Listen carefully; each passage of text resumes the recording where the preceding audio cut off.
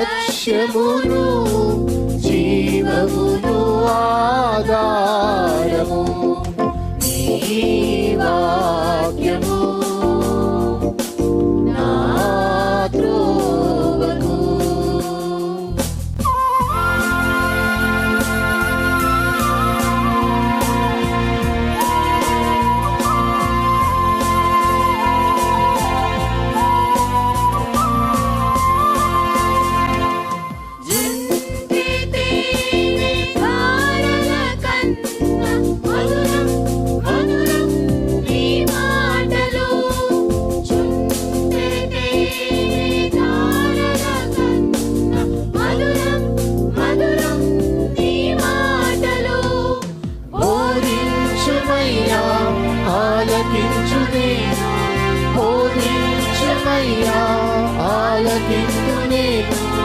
అనుసరింతునయ్యా ఆత్మశక్తితో, అనుసరింతునయ్యా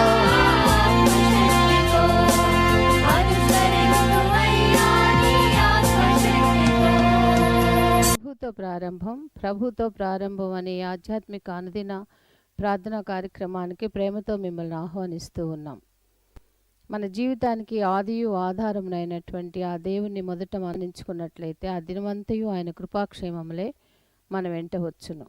మొదట వేకునే లేవగానే మరి నీతిసూరుడైనటువంటి ఆయనని చూద్దాం, ఆయన మనలనైన స్వరాన్ని మనం విందాం. మన జీవిత కాలం అంతయు ఆయన ఆశీర్వాదములు దీవెనలు మన మీద కుమ్మరించును. యెషయి 65:24 మనం చూసినట్లయితే వారికి ఈలాగున జరుగును, వారు వేడుకొనుక మునుపు నేను ఉత్తరమిచ్చెదను, వారి మనవి చేయుచుండగా నేను ఆలకించెదను. మనవి చేయుచుండగానే ఆయన మన మనవిని ఆలకిస్తున్నాడు. కాబట్టి మరి ప్రతి దినము కూడా ఈ యొక్క అనుదిన ఆధ్యాత్మిక కార్యక్రమంలో మనం పాల్గొన్నట్లయితే మన జీవిత కాలం అంతయు కూడా ఆయన మేలులను మనం పొందుకోగలం, ఆ నిత్యరాజ్యంలో వారసులుగా మనము జీవించగలం. రండి, ప్రభుతో ప్రారంభం కార్యక్రమంలో పాల్గొనండి, ఆత్మీయ మేలులు పొందండి. దేవుడు మిమ్మల్ని దీవించును.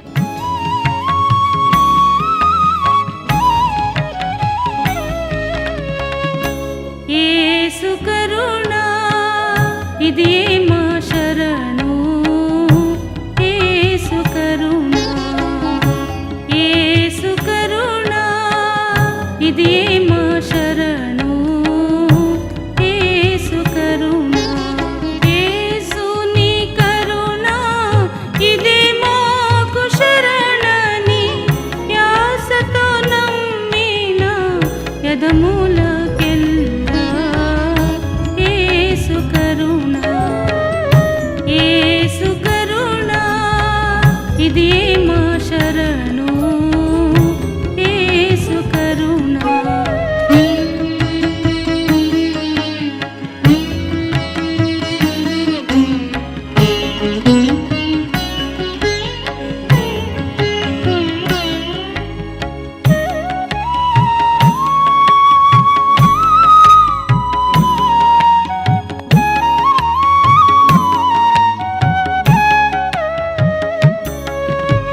ఎన్నిక సేయక ఏ పాపినైనను మన్నించి బ్రోచెడు మా దేవుడైనా యేసు కరుణా, యేసు కరుణా ఇది మా శరణు, యేసు కరుణా.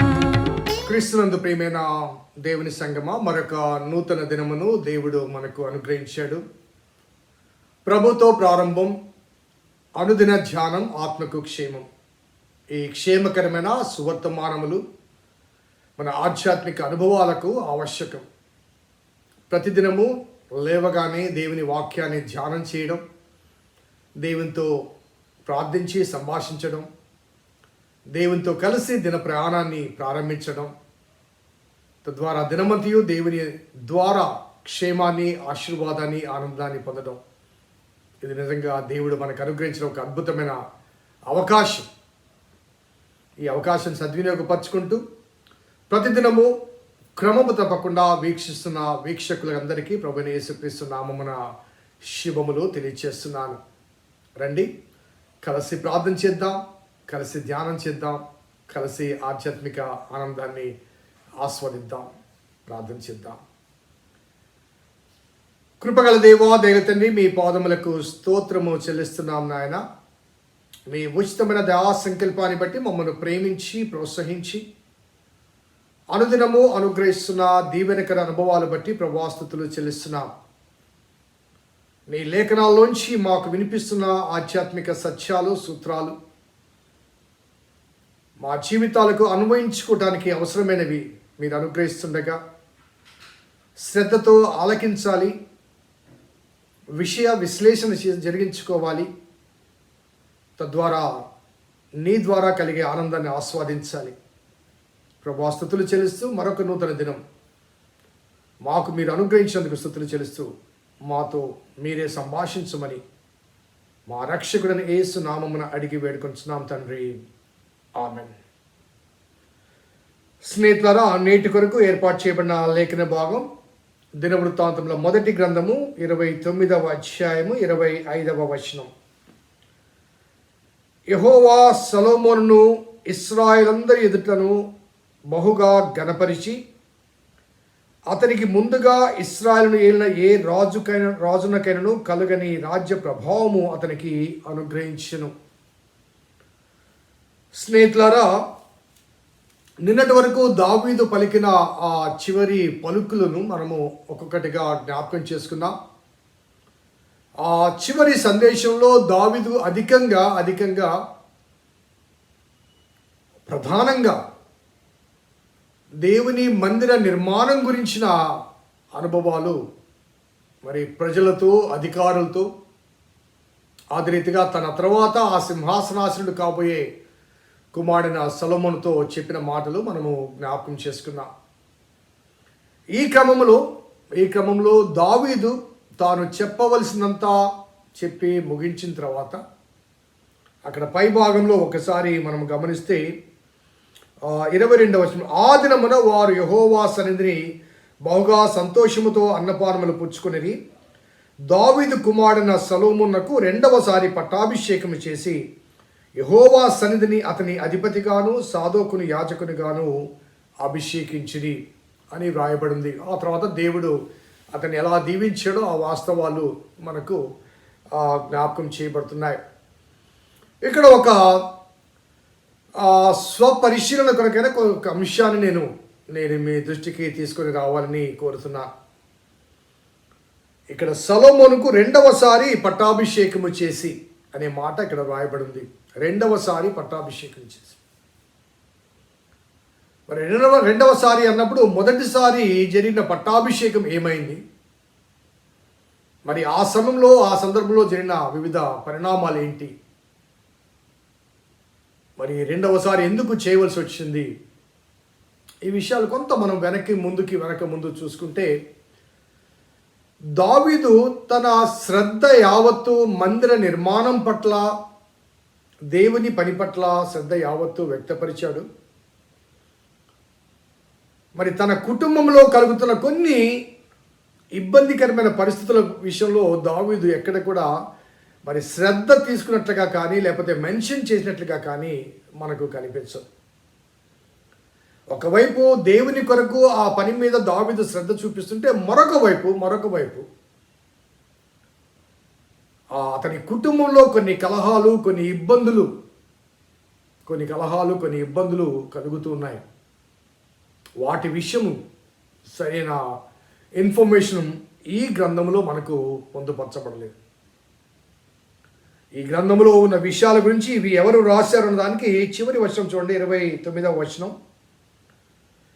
రాజైన దావీదులకు జరిగిన వాటన్నిటి గురించి, అతని రాజరికం ఎంతటి గురించి, పరాక్రమ గురించి, అతనికి ఇశ్రాయేలుకును దేశముల రాజ్యములన్నిటికీ వచ్చిన కాలములను గురించి, దీర్ఘదర్శి సమూయేలును బట్టి మాటలు బట్టి, ప్రవక్తకు నాతాను మాటలు బట్టి, దీర్ఘదర్శి గాదు మాటలు బట్టి వ్రాయబడి ఉన్నవి.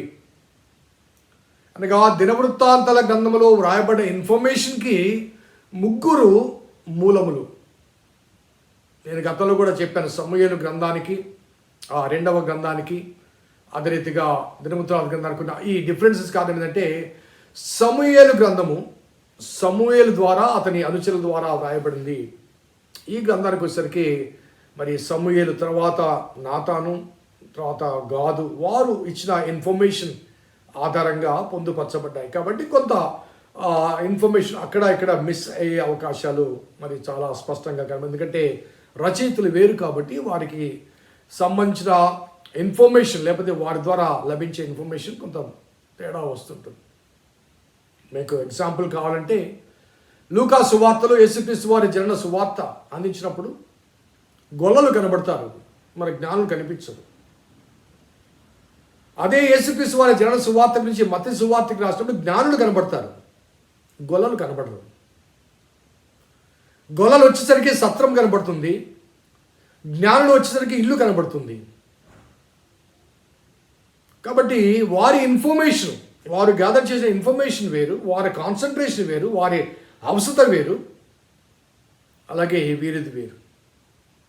అలాగని ఇది జరగలేదని కాదు, వారు సమీకరించిన లేకపోతే సేకరించిన ఇన్ఫర్మేషన్ నేపథ్యం. సో రెండవసారి అనే ఈ మాట చెప్పడానికి గల కారణం అంటే మొదటిసారి ఎప్పుడు జరిగింది? మొదటి రాజుల గ్రంథము 1వ అధ్యాయం,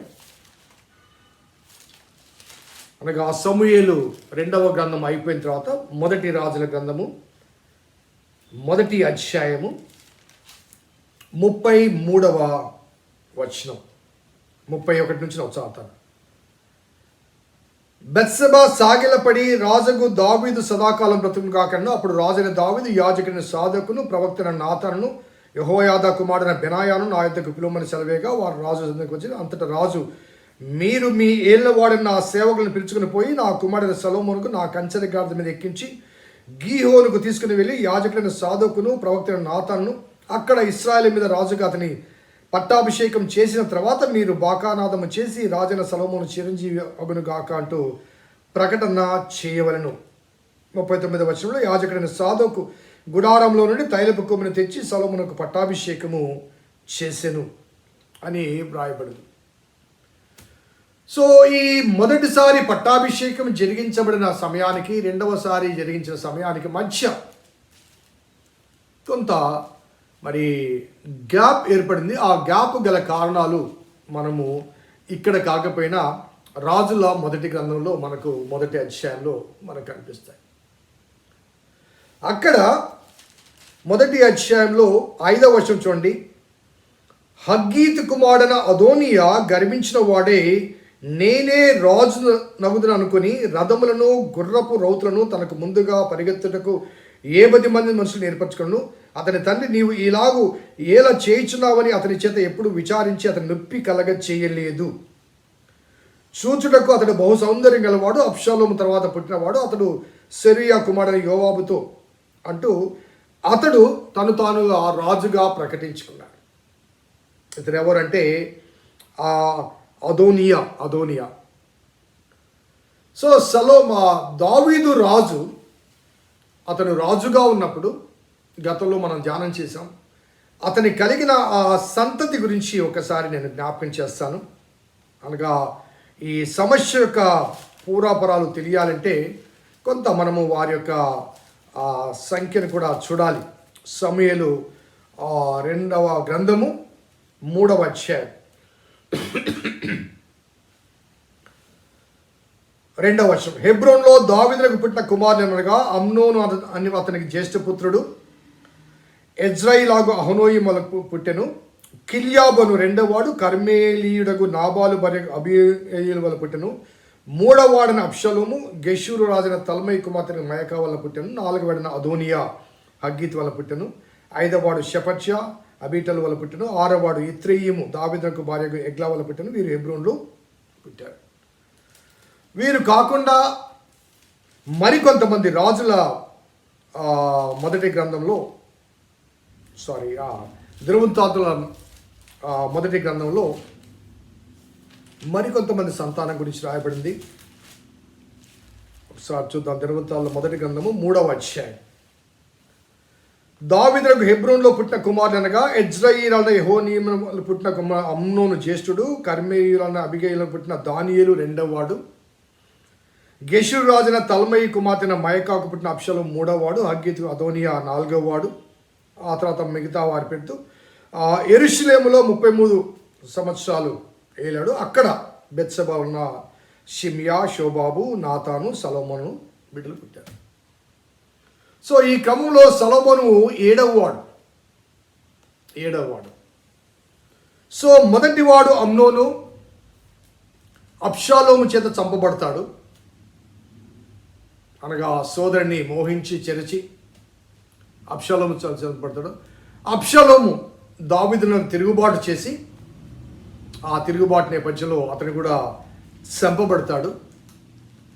ఈ క్రమంలో 2వ వాడుగా ఉన్నటువంటి కిల్యాబు అనేవాడు నాబాలు భార్యను అబిగేలు వల్ల పుట్టెను. ఇతనికి మరొక పేరు కూడా ఉంది. దినవృత్తాంతాల 1వ గ్రంథము 3వ అధ్యాయంలో అతని పేరు కిల్యాబు అని కాకుండా దానియేలు అని రాయబడింది. సో ఈ క్రమంలో 4వ వాడు అదోనియా. మొదటి వాడు చనిపోయాడు, 3వ వాడు అబ్షాలోము చనిపోయాడు, 4వ వాడు అదోనియా. 2వ వాడుగా ఉన్నటువంటి కిల్యోను, దానియేలు గురించి చాలామంది పండితులు చెప్పే భావం ఏంటంటే అతడు బలహీనుడిగా జన్మించాడని, కాబట్టి త్వరగా అతను చనిపోయాడని, ఆ సమయానికి తను లేడని, ఒకవేళ ఉన్నా మరి రాజుగా తాను ప్రకటించుకోవడానికి శక్తి సామర్థ్యాలు కానీ జ్ఞాన వివేకాలు కూడా లేని ఒక బలహీనుడిగా ఉన్నాడు. కాబట్టి అతనికి అంత ఆశ కానీ ఆసక్తి కానీ లేదు అంటూ అతన్ని అబిగేలు ద్వారా పుట్టిన ఆ కుమారుని, ఆ సంతతిని పక్కకు తొలగించేశారు. కాబట్టి ఆ క్రమంలో 4వ వాడైన అదోనియా ఒక రకంగా చెప్పాలంటే ఆ రాజుగారి జ్యేష్ఠ కుమారుడు అమ్నోను చనిపోయాడు, 3వ వాడు అబ్షాలోము చనిపోయాడు, 2వ వాడైన కిల్యాను లేకపోతే దానియేలు అతను బలహీనుడు.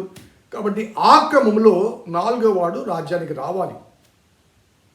ఆ క్రమంలో కాబట్టి వారసత్వంలో ఎప్పుడు కూడా పెద్దవాడు రాజు అవుతాడు. సో ఈ క్రమంలో మరి రాజుల 1వ గ్రంథంలో ఇందాక మనం చదివిన రీతిగా ఈ అదోనియా అనేవాడు తాను రాజుగా మరి ప్రకటించుకుని తన ముందు కొంతమందిని ఏర్పాటు చేసుకుని ఉన్నాడు. దావీదులకు ఈ విషయము తెలిసినప్పటికీ కూడా అక్కడ రాయబడ్డ మాట చూడండి. మరి దావీదునకు 6వ వచనం, అతని తండ్రి నీవు ఈలాగున ఏమి చేస్తున్నావని అతని చేత ఎప్పుడు నువ్వు విచారించి అతని నొప్పి కలగ చేయలేదు. So David has a weakness of his children. మనకు బాగా గతంలో కూడా మరి అమ్నోను తప్పు చేసినప్పుడు అమ్నోను గద్దించలేదు, అమ్నోను చంపినప్పుడు అబ్షాలోమును గద్దించలేదు. బిడ్డల మీద ప్రాణం పెట్టుకున్నాడు. బిడ్డలను ఎక్కడ తప్పిపోతారో చచ్చిపోతారని చెప్పేసి అబ్షాలోమును విలపించిన అనుభవాలు కూడా ఉన్నాయి. కాబట్టి he has his own weakness. ఈ బలహీనత ఏం చేసిందంటే బిడ్డలను క్రమశిక్షణలో పెంచలేకపోయాడు. ఇక్కడ చాలా స్పష్టంగా దేవుడు సొలొమోనును నిర్ణయించినప్పటికీ యెదిద్యా నేను కోరుకున్నవాడు యెహోవాకు ప్రియుడని దేవుని చేత చెప్పబడ్డప్పటికీ కూడా సొలొమోను 7వ వాడు అవుతాడు. బెత్షెబాకు ఆ తర్వాత ఆ మొత్తబడిన బిడ్డ తర్వాత పుట్టిన ఆ నలుగురిలో 4వ వాడిగా ఆ సొలొమోను పేరు ఉన్నప్పటికీ కూడా అతడు పుట్టిన జ్యేష్ఠుడిగా భావించబడ్డది, ఆమెకు పుట్టిన వాడు. సో ఈ క్రమంలో దావీదు యొక్క బలహీనత, ఇక దావీదును అతనిలోని శక్తి సామర్థ్యాలు మాత్రమే కాకుండా వ్యక్తిగతంగా అతనిలో ఉన్న ఒక బలహీనత బిడ్డల మీద ప్రేమ మమకారం, కుటుంబం మీద ప్రేమ మమకారం, తద్వారా క్రమశిక్షణ లేకపోవడం. ఈ విషయాన్ని నేను ఎందుకు చెప్పవలసి వస్తుందంటే నేటి కాలంలో చాలా వరకు పేరెంట్స్ బిడ్డలను క్రమశిక్షణలో పెట్టడంలో కొంత అలసత్వాన్ని కానీ లేకపోతే మమకారాన్ని కానీ ఆ మమత నేపథ్యంలో వారిని క్రమపరచడంలో కానీ కొంత విఫలము కావడం వల్ల బిడ్డలు తమ ఇష్టారాజ్యంగా పెరుగుతున్నారు. సో వైజ్ఞానిక పరంగా పెద్దవారి తరానికి ఆ తర్వాత బిడ్డల తరానికి మధ్య ఉన్న ఆ గ్యాప్ నేపథ్యంలో బిడ్డలు పెరగడము, ఆర్థిక స్వేచ్ఛ స్వతంత్రత కలగడము, తల్లిదండ్రులకు వ్యతిరేకంగా వారు తీర్మానాలు తీసుకోవడం, ఆయాసపరచడం, వారిని ఏమీ అనలేని పరిస్థితుల మధ్య తల్లి తండ్రి తమ చివరి దినాలు గడుపుతున్నారు. చివరి దినాల్లో బిడ్డలు ఏమీ అనలేని పరిస్థితి. ఏమంటే బిడ్డలు మాకు దూరం అయిపోతారేమో, బాధపడతారేమో అనే భావన మధ్య. ఒక విధంగా చెప్పాలంటే అది కొంత ఇబ్బంది కలిగినప్పుడు కూడా David was a failure in his family life. David was a failure in his family life. బిడ్డల విషయంలో ఒక తల్లిగా, ఒక తండ్రిగా మనము మన తర్వాత మన బిడ్డలు ఆనందంగా, ఆశీర్వాదకరంగా ఉండాలంటే మనం వెళ్ళిపోకముందే మన బిడ్డల్ని దేవునిలో పెంచాలి. వాళ్ళకు ఆర్థిక సామర్థ్యత ఇస్తున్నాం కానీ ఆత్మీయ బంధాన్ని కానీ, అనగా వారి మధ్య ఆత్మీయ బంధాన్ని కానీ, వారికి దేవునికి ఉండవలసిన ఆధ్యాత్మిక సంబంధాన్ని కానీ ఇవ్వగలుగుతున్నామా లేదా ఒకసారి మనం పరిశీలన చేసుకోవాలి. నేను మరలా చెప్తున్నాను, బిడ్డలకు ఆర్థిక అనుభవాల మధ్య ఆస్తులు ఇస్తున్నాం, ఐశ్వర్యాన్ని ఇస్తున్నాం, బ్యాంక్ బ్యాలెన్స్ ఇస్తున్నాం, మంచి ఉద్యోగాలు వాళ్ళు సెటిల్ అవుతున్నారు, అనగా ఆర్థికంగా వారు ఎదుగుతున్నారు. ఆ ఎదుగుదల చూసి మనం ముచ్చట పడుతున్నాం కానీ వారి మధ్య ఆత్మీయ సంబంధం ఉందా? వారు దేవునితో ఆధ్యాత్మిక సహవాసం కలిగి ఉన్నారా? ఎందుకంటే ఇవన్నీ తరిగిపోయేవి. అలాగే అవన్నీ కూడా ఆ బిడ్డల మధ్య కలహాలకు కారణమవుతుంటాయి. ఈనాడు ఎన్ని కుటుంబాలు చెప్పండి, ఆ తల్లిదండ్రులు వెళ్ళిపోయిన తర్వాత ఆస్తుల కొరకు గొడవలు పడి, కోర్టులు పడి, కొట్టుకొని, చంపుకొని ఆస్తుల కొరకు. సో ఏదైనా శుభకార్యం కానీ అశుభ కార్యక్రమం ఆ తల్లిదండ్రుల జ్ఞాపకార్థ కూడికలు చేసుకోవడానికి కూడా ఆ ఒక కుమారుడు వస్తే ఒక కుమార్తె రాదు. ఎందుకంటే వారి మధ్య మరి ఆర్థిక సంబంధమైన వైషమ్యాలు వారిని దూరం చేశారు, ఆత్మీయ బంధాలని. అదే రీతిగా ఈ ఆర్థిక స్తోమత కానీ సామర్థ్యత కానీ వారిని దేవునితో అవసరం లేదు అనే భావనలోనికి తీసుకెళ్ళింది. కాబట్టి దేవునితో కూడా వారు సహవాసం లేకుండా ఉన్నారు. సో సొలొమోను వర్ధిల్లుతున్నాడన్న మాట మనం విన్నాం. కానీ దానికి ముందుగా Solomon had to face a lot of problem. So రేపు కూడా ధ్యానం చేద్దాం. ఈ అదోనియా అనే వ్యక్తి తన్ను తాను రాజుగా ప్రకటించుకున్నాడు. సో దావీదు సైలెంట్గా ఉన్నాడు, తను తాను రాజుగా ప్రకటించుకున్నాడు. ఎందుకంటే ఆ క్రమములో సొలొమోను కన్నా పెద్దవాడు, అతని కన్నా పెద్దవాడు చనిపోయాడు, ఉన్నవాడు బలహీనుడు, అతనికి కూడా ఉన్నాడో లేదో తెలియదు. సో క్రమము చొప్పున అదోనియా, కానీ దైవ సంకల్పం చొప్పున సొలొమోను. మరి అదోనియా తను తాను రాజుగా ప్రకటించుకున్నప్పుడు దావీదు నిమ్మకున్నాడు, అతను గద్దించలేదు, లేకపోతే అతన్ని చూచి చూడకుండా ఉన్నాడు అన్నది దావీదులోని బలహీనత.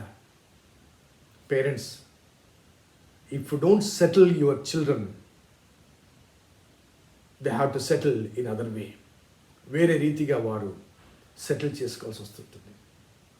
వారు సంతోషంగా ఉండాలంటే కొంత బాధ కలిగినప్పటికీ కూడా వారి పట్ల మనము తీసుకోవాల్సిన తీర్మానాలు అవి కొంత కఠినంగా కనిపించినప్పటికీ కూడా శ్రద్ధ వహించాలి. వారి మధ్య ఆత్మీయత పెంచాలి, వారిని దేవునితో ఆధ్యాత్మిక సహవాసంలో పెంచాలి. దేవుడు ఆటోమేటిక్గా వారికి కావాల్సిన ఆర్థిక సామర్థ్యత ఇస్తాడు. ప్రార్థన చేద్దాం. కృపగల దేవా, దయగల తండ్రి, మీ పాదములకు స్తోత్రము చెల్లిస్తున్నాం నాయన. నీ ఉచితమైన దయా సంకల్పాన్ని బట్టి మమ్మల్ని ప్రేమించి అనుగ్రహిస్తున్న సూచనలు బట్టి ప్రభా స్తుతులు చెల్లిస్తున్నాం తండ్రి. ఆనాడే కాదు ప్రభా, ఈనాడు కూడా మరి నేటి కుటుంబ వ్యవస్థలో అసమ్మతికి, అసౌకర్యానికి, అసమాధానానికి మూలమైన అనుభవాలు, తల్లిదండ్రుల యొక్క ప్రేమ, మమతలు, అనురాగాల మధ్య వారిని సరైన రీతిగా క్రమంలో పెంచడంలో తల్లిదండ్రులుగా విఫలమై చివరి దినాల్లో బాధ, వేదన, దుఃఖముతో తమ జీవితాలు ముగించాల్సి వస్తుంది. కాబట్టి బాలుడు నడవలసిన త్రోవను వాడికి బాల్యంలోనే నేర్పాలన్న వాస్తవాన్ని జ్ఞాపకం చేసుకుంటూ ఒక తల్లిగా, ఒక తండ్రిగా దావీదు జీవిత సాదృశ్యంలో మేము కూడా క్రమపరచబడ్డకు మీ సహాయం దయచేయమని మా రక్షకుడు యేసు నామమున అడిగి వేడుకొంచున్నాం తండ్రి. ఆమేన్. తండ్రి, కుమార, పరిశుద్ధాత్మ త్రియేక దేవుని దీవెన ఈ వాక్యం విన్నపిట్లకు, వాక్యాభిలాషులకు సదా తోడేయును గాక. ఆమేన్. God bless you. దేవుని దీవించును గాక.